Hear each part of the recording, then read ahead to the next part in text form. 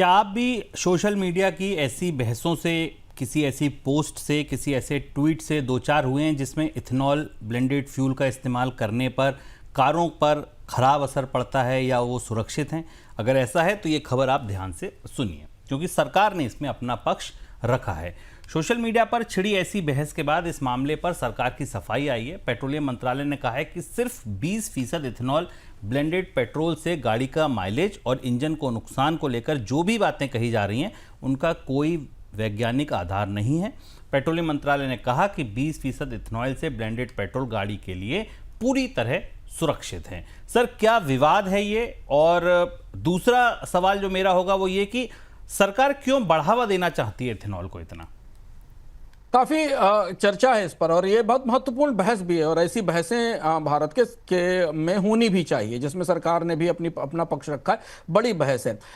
Ethanol को लेकर भारत के दो पैमाने थे। पहली चीज तो कि भारत ने 2025 की शुरुआत में जो E20 का टारगेट था, E20 का मतलब नॉर्मल फ्यूल में इथेनॉल की 20% की ब्लेंडिंग शामिल कर देना, इस लक्ष्य को हासिल कर लिया।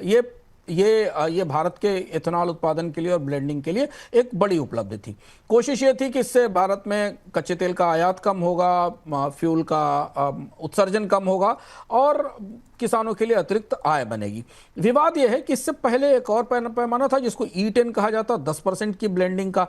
जिन कारों का इस्तेमाल करने वाले जो E10 फ्यूल का ethanol blended 10% ethanol blended fuel का इस्तेमाल करने वाले लोग थे, उनका मानना था कि उनके माइलेज में कमी आ रही है, उनके कार के वेयर एंड टियर में यानी कार के रखरखाव में गिरावट आ रही है, इंजन का जो पिकअप है वो सुस्त है। और इसको लेकर फिर हमने कई सारे तरह तरीके के बयान और निजी अनुभव देखे।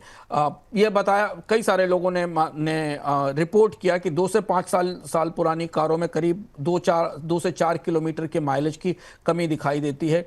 इसके अलावा पिकअप सिस्टम पिकअप स्लो है, सिस्टम पर दबाव पड़ता है, मशीन इंजन ज़्यादा घिसता है, रबर पार्ट्स पर ज़्यादा असर पड़ता है और ज़्यादा रखरखाव मेंटेनेंस करना पड़ता है। सरकार ने दावा किया कि E10 के लिए जो बने थे मॉडल, लेकिन इससे E20 के लिए जो रिकैलिब्रेटेड कारें हैं उनमें करीब 2% की माइलेज की कमी थी जो E10 का इस्तेमाल कर रही थी।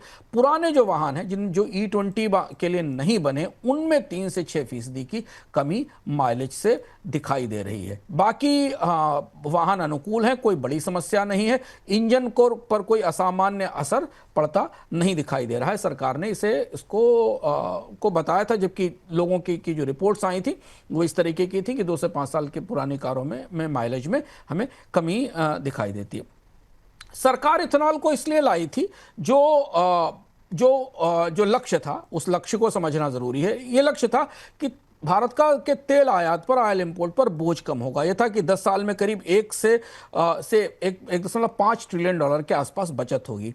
तकनीकी तौर पर तो सही दिखा, लेकिन भारत में तेल की मांग उतनी ही बढ़ती चली गई। तो अगर आप ऑयल इंपोर्ट बिल देखें तो वो क्वांटिटी में भी बढ़ा है और चूंकि रुपए के अवमूल्यन और कच्चे तेल की कीमतें बढ़ने के कारण तो ऑयल इंपोर्ट बिल में तो कमी नहीं हुई। लेकिन हाँ, ये माना जा सकता है कि इथेनॉल के ब्लेंडिंग से कुल वॉल्यूम में कमी आई होगी, पर बाकी जो वॉल्यूम में बढ़ोतरी वो मांग के कारण है।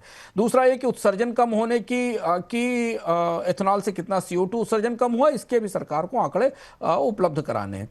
अतिरिक्त अनाज गन्ना खराब होने से, खाद्य स्टॉक से किसानों की आय बढ़ी। हाँ, इथेनॉल के उत्पादन से किसानों और चीनी मिलों को थोड़ी राहत मिली है। और ये भी है कि 2023 से सभी कारें 20% इथेनॉल वाले वाहन से जुड़ी हुई होंगी।